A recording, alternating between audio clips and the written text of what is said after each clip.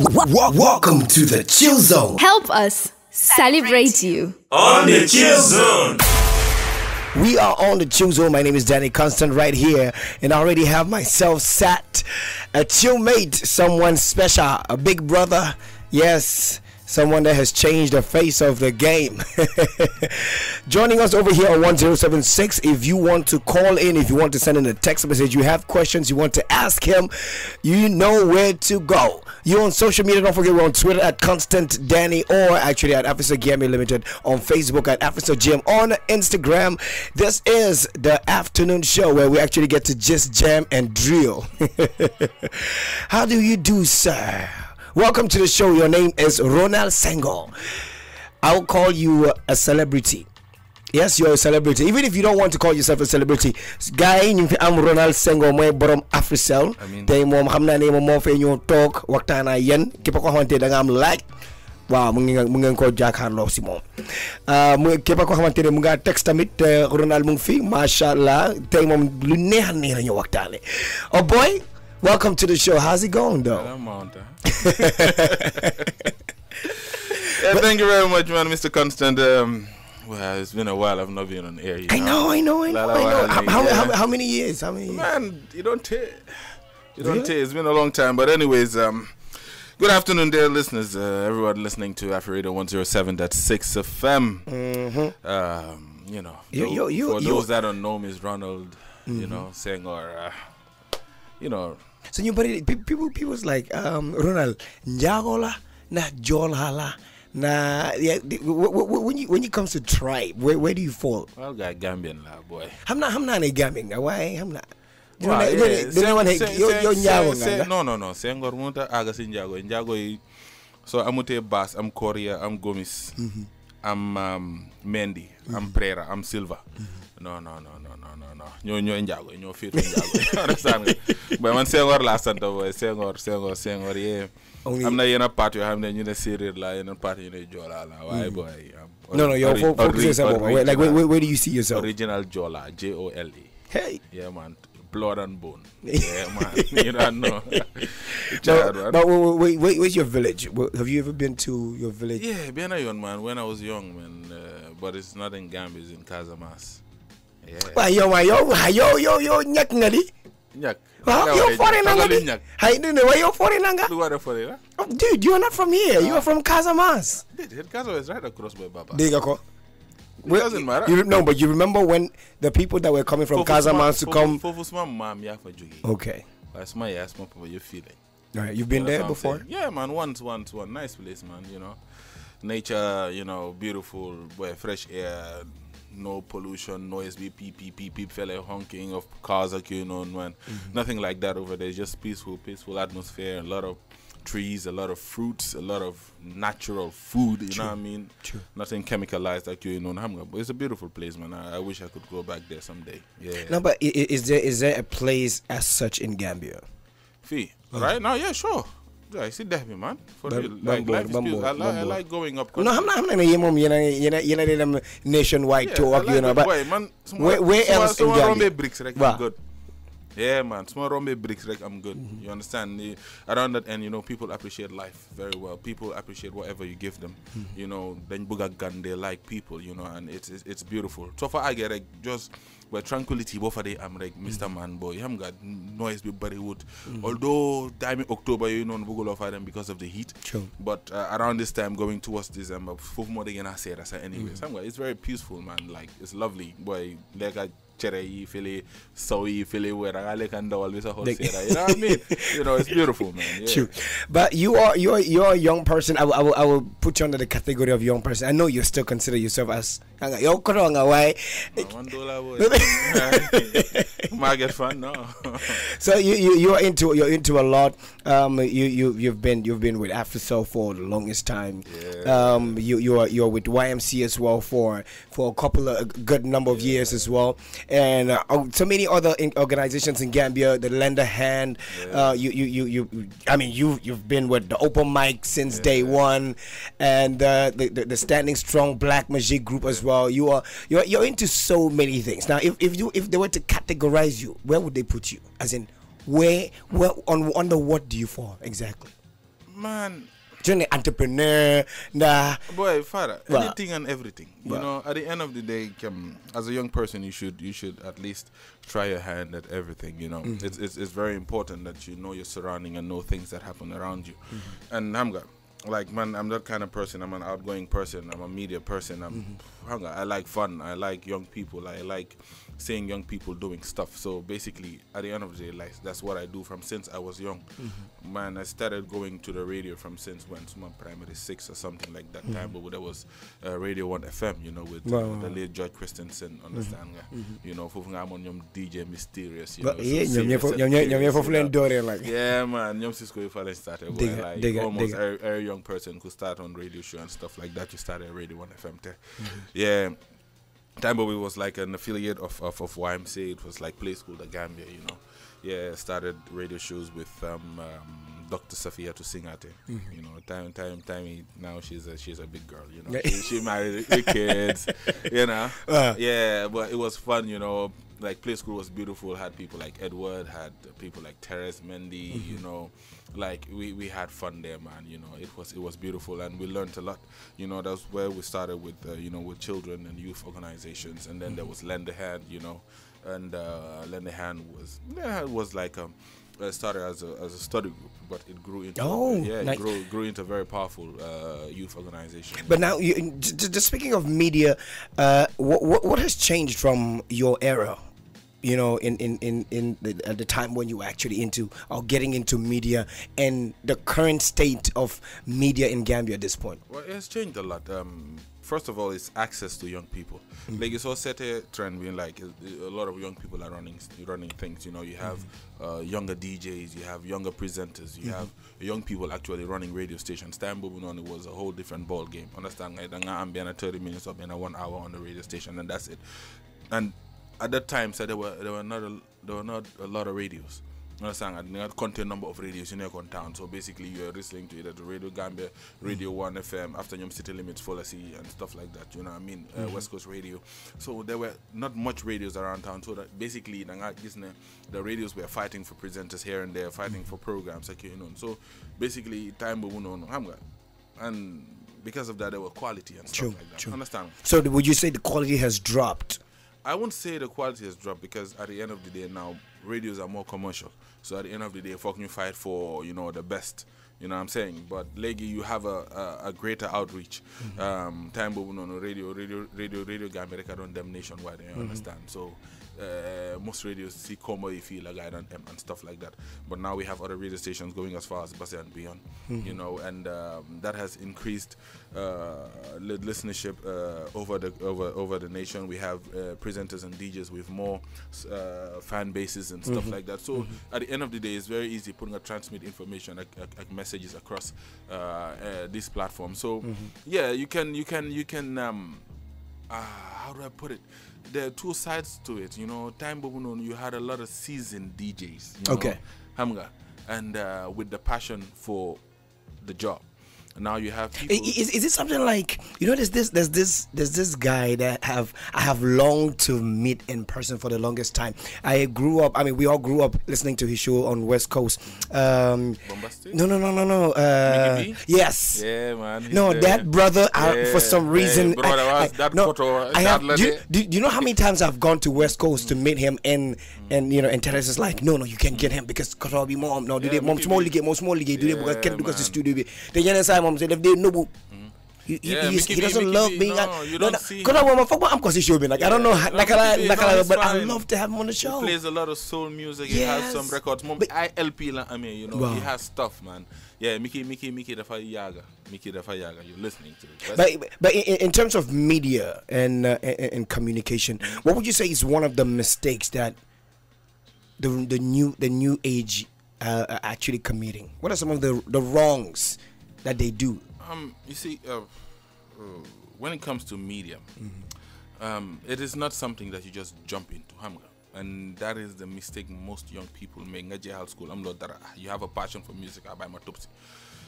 But there's some certain things, you understand what I'm saying? It's a gift. It's not because of sometimes you just want to do it, you do it. You know what I mean? There has to be a passion driving it, you know?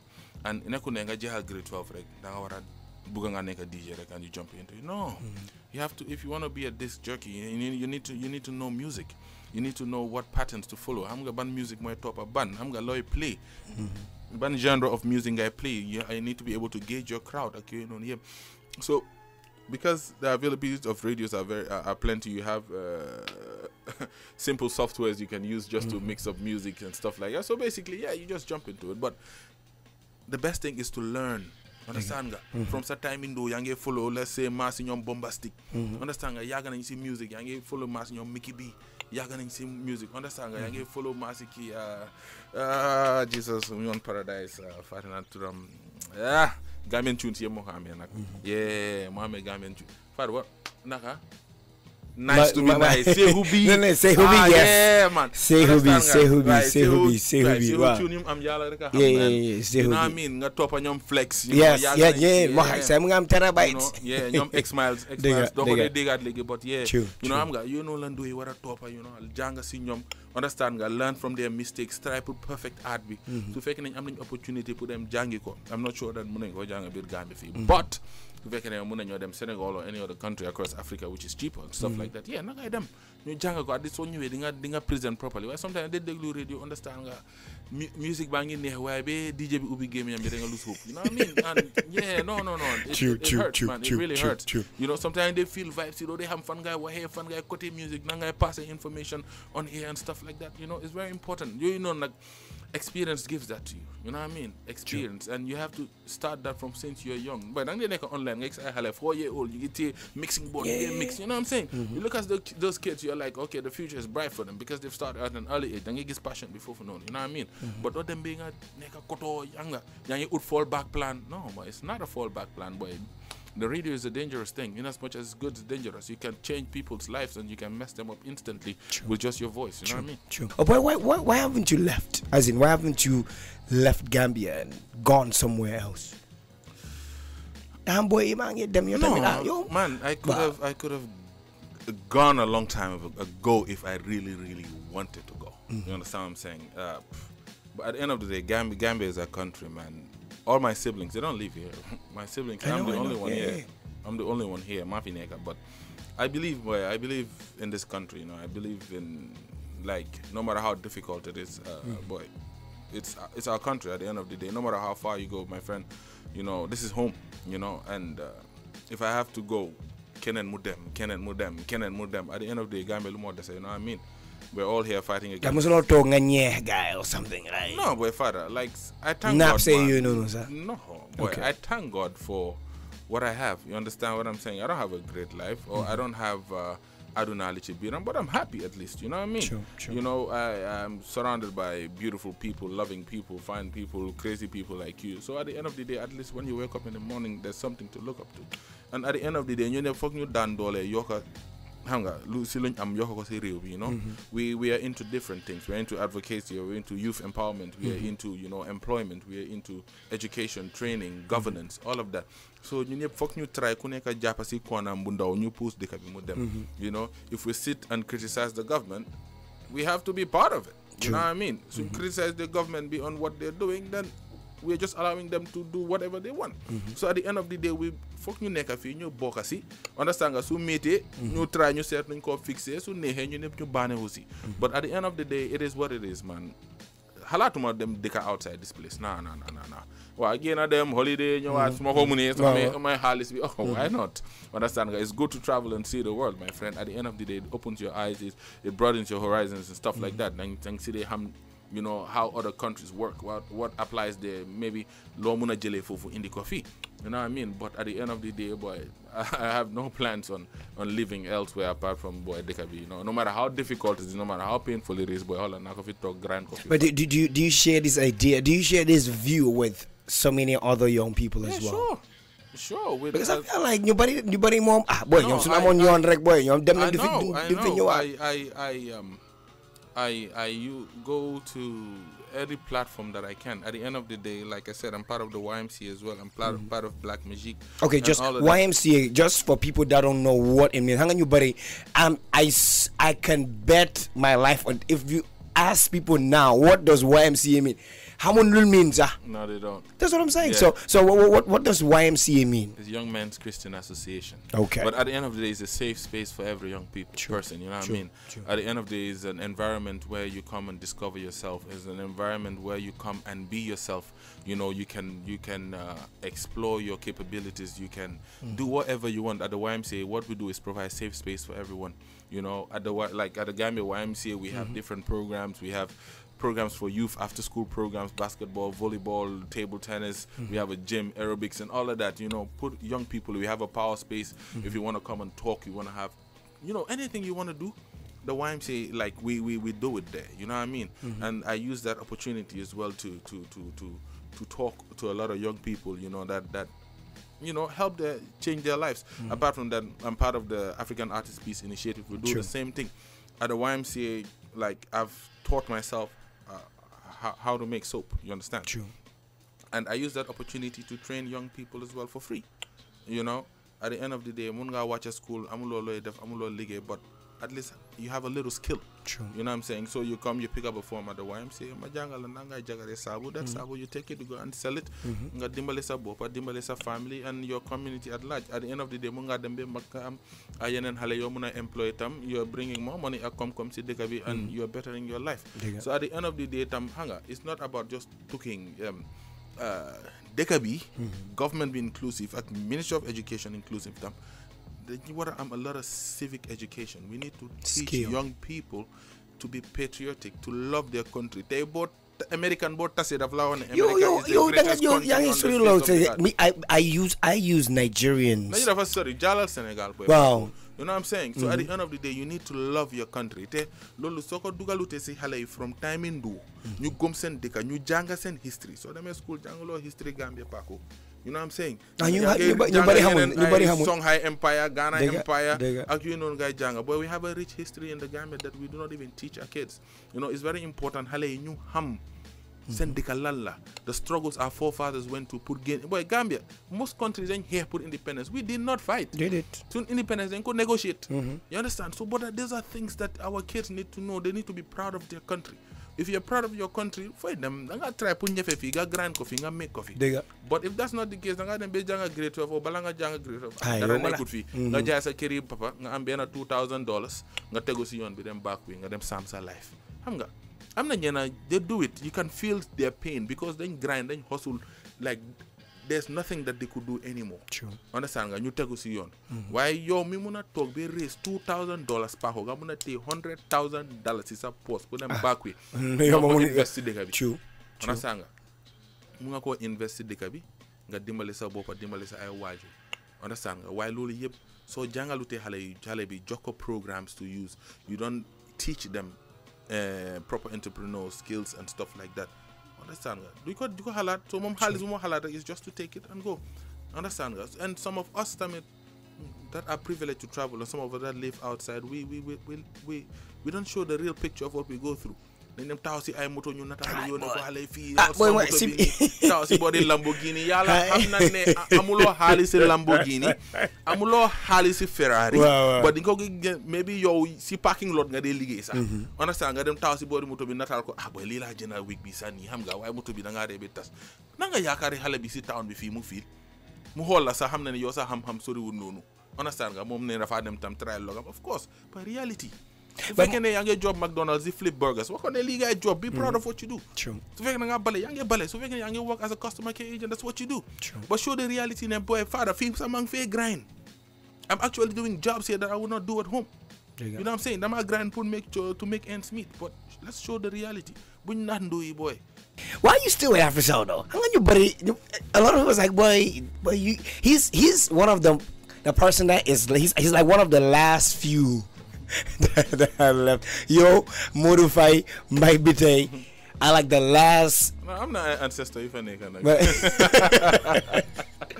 I'm not your overstate you know. You know why are you still with Africa? The thing is, Africa is a family, you know. True. And yeah, I've been here for like 10 years. Next year, in a couple of months, it'll be 11 years. Wow. You know, but Africa is a family, and at the end of the day, you look at the lives that are impacting. Like I said, it's a family. You have people like you have Mbaibite, Modufai. They've been there for the longest time. You know, Nyom Abbas. You know, like these are people that they know the history of the place. They wake up in the morning and you ask them anything about Africell and they'll tell you.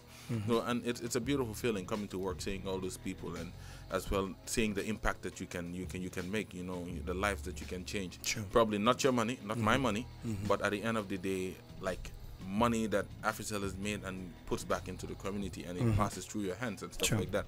It's a beautiful feeling seeing people's lives being changed, and the little that I can do to impact those changes, I will do. I do a lot of voluntary work, but at the end of the day, too, this is my day job on the side. You know, so if I can use my day job to change the lives of people, I surely will. A lot of people come for sponsorships, they come for programs, they come for stuff. At the end of the day, I do whatever it takes in my power to help them. What's the misconception that people have when it comes to you and your work? Especially in Africa. When they faint tele. Wow. Ronald more they faint tele, yeah, they just million. Wow. What's the misconception that people have when it comes to you and No, it's not a joke, Mr. Man. This is what I understand. You're playing a role. So man on TV or man on radio. I am working for an institution. Father Toroslen Madusma Halis, Mamon Halis Binak, I will do it.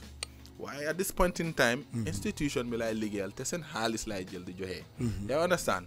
So notion be ne boy, you talk si bal. Mr. Man, my job right there. Dan dollar de la 8B5 de la. You know what I mean? You know, where we should day my pocket. Abdu ñu xamne bes bu dekal moy sen where bu day, you know what I mean? Why man where bu day be where bu day la like Santa Yala again for that opportunity, at least ma mun ko defal suma bopa. But after tell am boy Ronald Bernard dot la fofu no, but at the end of the day come then la wax ne soy tukki da nga duga moto so comme am like moto Africa. Lol la lu gaay buga yu def bi ñu jaarale ko ci man ak suma team bi ak suma guys ci office bi non la men you know at the end of the day tam xam nga job bi rek la fo ñu def ko xam nga. Now let's talk about saving. That's one problem that we as men, as youth in Gambia are currently having. Boy, how like, what's your trick when it comes to saving? When it comes to putting money aside, nah boy, fi dang ne digal nit ku nekk di complain boy, da nga liggéey sa ba do di mëna tek sa benn holal benn 20 grand aside. But how do you do it? Boy, saving nak fo nga mëna discipline sa bop. Okay. You know what I'm saying? At some point fo nga am yadini aku. You know what I mean? Fo nga mëna denc xaalis. Xam nga? Because at the end of the day, you have to save for a rainy day. So muna where we there nga jesa hal si nga patiko jena dala jena yiri understand nga gene sa chepe ni dem tap ni xam nga geb je nga start retail war next month, you know. You have to save some for a rainy day, especially if you're a guy. At the end of the day, you're head of a family. True. You know what I'm saying? Maybe Yaneka only don't be kid. You know, you have to lead by example. Or Yaneka the only boy, you have to watch and look over for your sisters and mom and dad. Okay, you know, so you have to be able to plan sa bopa properly. You understand? So fair ko nga ambena 5,000. So bon nga jël bena 1,000 su bare sa 1,000 nga dencha ko. Understand nga bobo xamne do ko laal. So mu ne save more than 1,500 nga save ko. Understand nga lu ci des nak so mu ne jox sa yaay sa bajjana sa ko malaw set lo yokande ko ci kër gi ak yu nonu. At the end of the day xam sa doole fu mu tollu nga def ko. But it's very important pour nga save because yàlla xamul kenn xamul fan la nattu di jógee kenn xamul fan la problème di jógee. At least bés bu moo ñëw bugga nga mu fekkala si dara bugguloo génn sa kër dara booy dani abal ma benn lii abal ma lili non bugga nga at least su fekkee ne mutut sax mooy yow am nga looy dooli nga ne ko faada am naa lii de baala ma dafa mutut na ma bugga mu tali understand nga den at least nit ki na xam ne ok yaa ngi doon jàppandiku yaa ngi try si dara waaye xam nga war a nekk di soos sa xaalis bi rek lu ñëw booy daala bu ees bu ñëw bugga nga koo am mbuba bu ees rek bugga nga koo am phone bu ees sax bugga nga koo am booy paako ñeneen ñi da nga di xool booy mobile yu nga amee sax booy yow sa kër sax booy cob ko rek ne ko fa booy waaye yow sa phone bi booy cost na over 20 grand boy come on you look at yourself boy for nit ki nga mun a peese sa bopp asta boy nit ki cut your coat according to your size su fekkee ne mënuloo ko boy you don't have to show the world that you can man live within your own means sa xaalis la dundeel ak loo am ni du la pour won nii ne maa ngi téye phone yi 25,000 maa ngi am iPhone 8 maa ngi sol Air Max maa ngi sol Gucci maa ngi sol Prada like my friend at the end of the day da nga cox buy coffee dégg you know what I'm saying when you're going to the grave boy Yes, this is where you're going to live everything. Though. So the little you have, boy, spend ko agniti your You know what I'm saying? True. Give as much as you can, support as much as you can. Why di ko turn di ko text bopa rek. No, father. At the end of the day, they say be nice to the people on your way up because you'll surely meet them on your way down.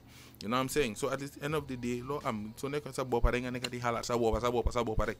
At some point in time, Mr. Man, so mate it you see then you halat sen bopa nyo. Well, okay. So my life. So it's very important to save. Save for today, save for tomorrow, save for your kids, save for your wife. At the end of the day, boy, don't go neka head of a family. You don't want to live with your parents forever. At some point in time, fonga gain a kid and fend for yourself. You know what I'm saying? They're so gain and they started the flow. The next minute, boy, man, halat maybe time it taka jabat jot na de. Loko dunale. You know what I mean? At the end of the day, wow, did not support it, Mr. Man, you're head of the family. You gotta prove it. You need to prove yourself. Yeah. So, well, if you can't save for those things, you can't save for your future and the future of your kids, my friend. Yeah.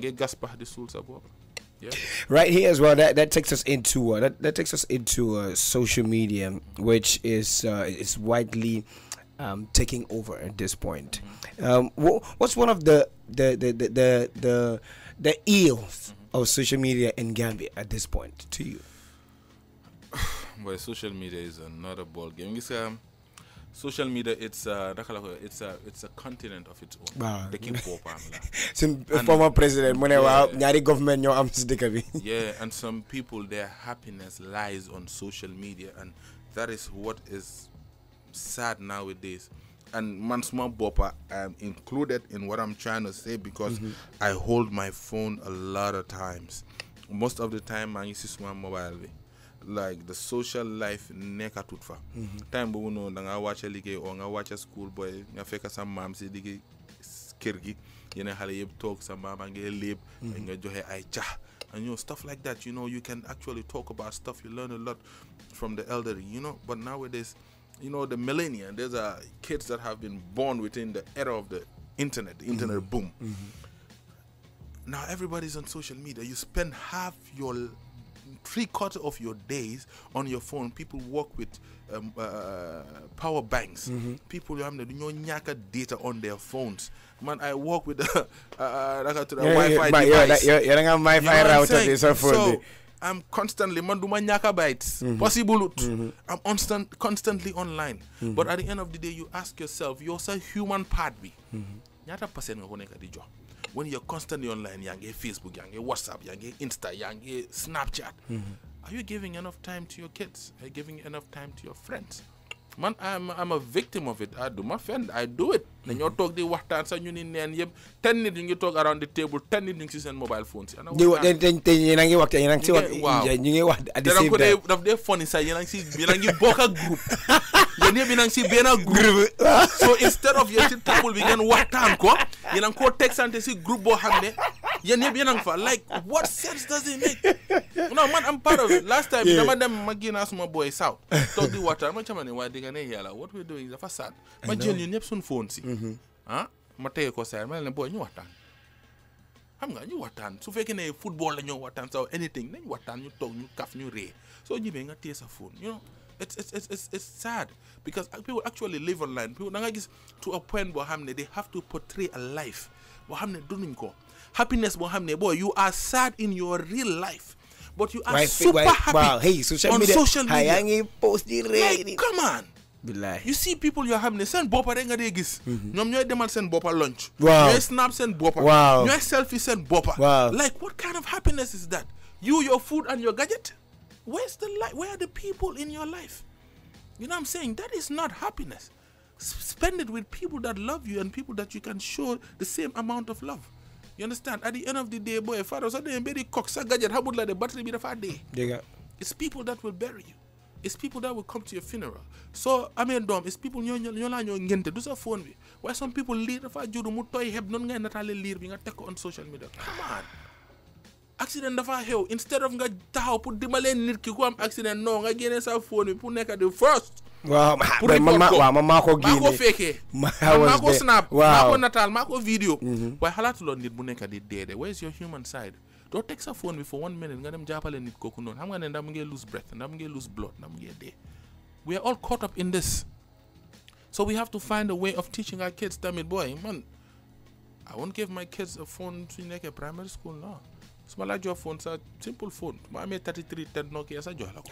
I'm not giving you a smartphone, no. True. So then be jail school. You start defend for yourself and you want to do something else. Yeah, I give you a phone. But no. Because at the end of the day, you are connected to the cyber world. Then you're connected to human beings. Binary codes. That's what we were taught. So it's a very sad situation. And so you see, Joguti. No, we're going to have a generation bohamne. The culture of family, we do amat. Understand nga? Africa, lunyu hame moi community. Yes. So they may out legi boy. A lot of people they got romanticism bera bi No, you know what I'm saying? They gonna talk to train bi dolen oyante. But you hamuy lool boy ñu nang de duga moto xamulon ni sa ngeen lal waxtaan. Next minute nga xamne yena ngi boka. Understand nga? Or maybe be a village ngeen jogi or stuff like that ngeen waxtaan bi jall exchange number dem next minute friend ngeen. Lool lañ xam. Why suñ ci gestuwut li? Huh? Time dafa ñew.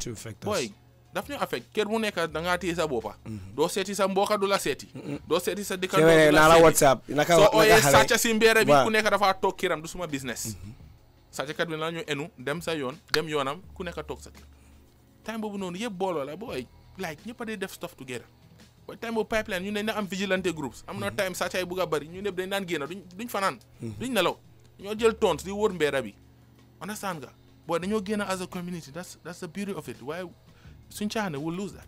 And that's what social media is going to do. True, man. That is bad. That is bad. But at the end of the day, there's some good stuff too. True. You can't, there is always two sides to a coin. You know what I mean? There are good things about social media. You learn a lot. News travels faster there. You get in touch with people you've lost, people you've not seen. You learn a lot. If you're a young entrepreneur, it's easier to push your business on social media and stuff like that. There's some good sides to it. But the same way, too much of everything is bad. True. So jealous of time excessively attack on social media, that's what's going to happen. But let me ask you, there's currently a problem that is being faced by every country in the world at this point. That is fake news. Now, how do you tell? I mean, you are also quite an expert when it comes to communication and and media and whatnot. But how do you differentiate facts, actual news from fake news? Right. At the end of the day, you follow news sites that are credible. You don't follow anything. Because sometimes internet. At the end of the day, we have to remember that these people that have these fake news sites, they want traffic on their sites. At the end of the day, they have Google ads and stuff like that. They click and they make more money for themselves. Where you have credible news sites, you have to follow. The Reuters nga follow, nga follow CNN, nga follow BBC, nga follow France 24. Understand? The Al Jazeera nga follow. But there should be specific news channels that you're following. You know what I mean? But if you don't do that, man, muna have Ubi page, a news page. The internet is free. True. As long as I can buy my domain, muna ne Ronald.com or Ronald.gm, must study produce news, all this fake news. Nobody has the right to put my website. I paid for it. At the end of the day, it's up to you to whether you'll go there or not. You understand what I'm saying? But at the end of the day, credible news sites are and it's very important for you to follow those, especially even when it comes to sports. And they talk to you, what time be the sports? Hey, Manchester United kill a guy, kill. How do you know? Because ringa ko fena. Feka muna be na fan like Ronald Senghore. Mo ñoo mo binane Manchester United are interested in Sergio Ramos. I wrote it. The club didn't say it.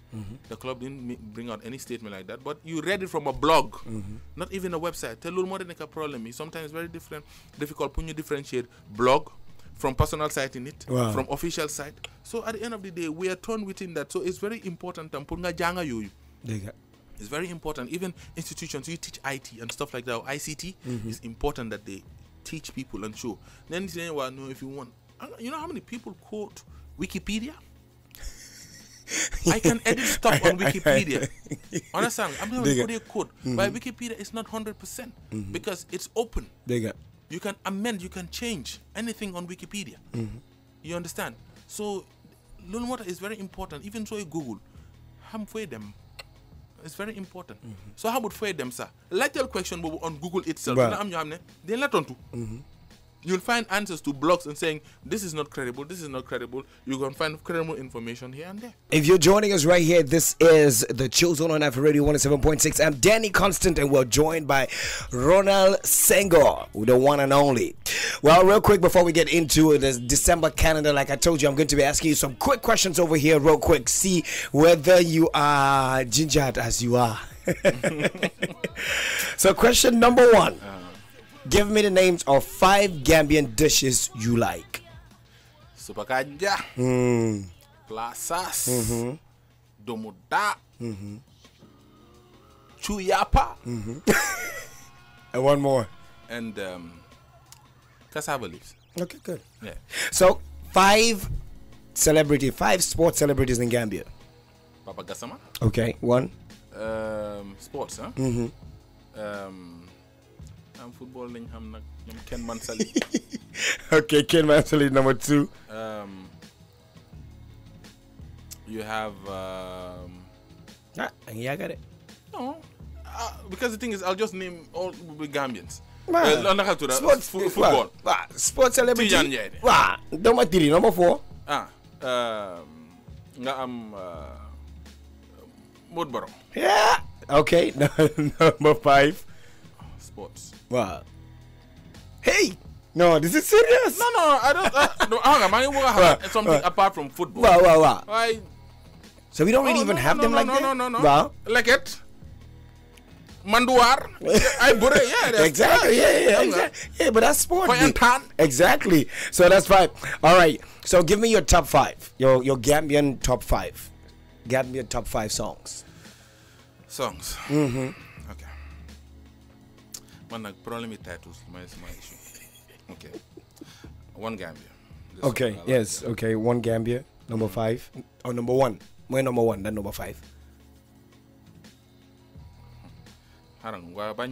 Okay. So that's So yeah. Give me one Gambia. Wow. See, they'll appear in no order. Yeah. Okay. Cool. So you have one Gambia. You have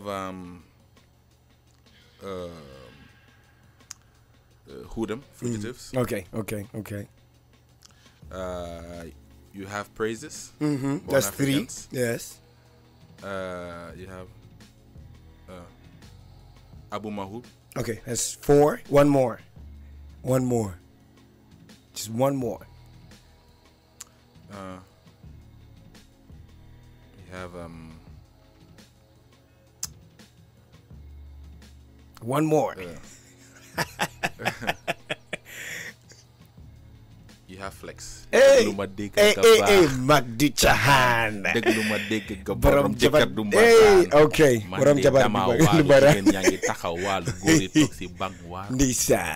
Flex, Pamanjai. Okay, real quick. Now, last question. I want you to give me the names of 5 animals that start with the letter K. No, just give me 3. Okay, 3 names of animals that start with the letter K. Kangaroo. Okay, Yo, the halal nga bubu no. So kangaroo number 1. You got 2 more. Yes, 2 more. K. Yes, K. It could be in another language, but as long as the name comes with, because if you say now, just Google it and see whether they exist. Kingfisher. They did Kingfisher. Kingfisher. No, Kingfisher is a bird. It's a bird. It's a bird. It's not an animal. What? Jesus Christ. The bird is what? Ronald. What is that animal? Ronald, you're going to. What is that animal? You're going to rely on. Okay, fine. Just give me one more. Daddy, Okay, fine. What kind of school you it's go? It's okay. You can get away with Are it. you know that animal you yourself? can go. I know. It's okay. But now, so one more. Just give me one more. You said kingfisher, a kangaroo. Give me one more. Killer whale. Okay, so this December is quite packed up. Pretty much, we know that. I mean, from the 1st of December, from this weekend, there's already so many events coming through. We have the comedy group that are putting up an amazing performance at Alliance Franco. We have Rare Messenger that is with his album Lunch. We have the what's it called again? Culture Fest. DJ Kanu. There's ST that has his event. There's Big Far. There's so many events, but which of these events are you looking forward to? I mean, there's the Black Magic as well. Yes. What are we looking forward to? Chronics is coming. Davido is coming. There's so much. There's so much. But first is Black Open Magic. mic. Open mic is coming. Yes. First is Black Magic. All right. Charity begins at home. Okay. The best indoor event in the Gambia, Christmas Day. Hands down. You can't beat that. Black Magic, December 25th. Is there a title already to that?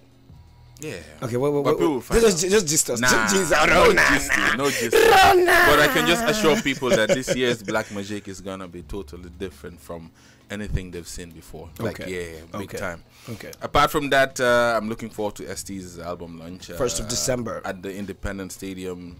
The first artist to actually take an independent show. Yeah, man, alone. Yes. You know. So let's see what that brings. Big Far, December 15th. It's something else. We have open mic. I think it's December 28th. Yes. Yeah. That's the last Friday. Yeah, and Bobu Nono, it's part of it. And can I launch at? We have Royal Messenger. You know, and every other Gambian show that's coming. You know what I mean? So I'm looking forward to that, and then it's gonna be a December packed by Gambia. You then gain and you support from Gambian artists. True. You know what I'm saying? Boy, artists then you saw now then strand. You know what I mean? Boy, so you get support land. I mean it. They can give us good music, and then at the end of the day, you know they complain because at the end of the day, you know them send show. So you gain and you support land. Yeah. For real. All right. The last question before you go, you need to recommend one person that we could invite on the show as next Chillmate. On the show. Let me see. Invite my brother, Mr. Latirka. Okay, Mr. Latirka, you're next on the Chill Zone. Thank you so much, Ronald Senghore, for coming into the studio and and just chilling with us. I hope we did not bore you. Nah, man. It was fun being here, and I appreciate being around. It's been a while. I've not been on air. I'm not being on the radio. But anyways, this is what I do from since I was a kid. And any day, anytime I aim, I say, Lord, I call it, drop my mic. Like that's what it is. But I want to thank everyone that listened to the show. Everyone that at least learned, or you want to send in anything. You know, you can get in touch with Danny and stuff like that. If you need me, my arms are always open, my doors are always open, you know, for anything. At the end of the day, Gambia Sundreola, you try as much as possible, you fix ko, you job ko. And young people, if you want to talk, if you need anything, like I said, I have another life on the side apart from AfriCell. I do voluntary work and stuff like that. So you can always get in touch with me or through Danny Constant or come to AfriCell any day, anytime. Afri Radio.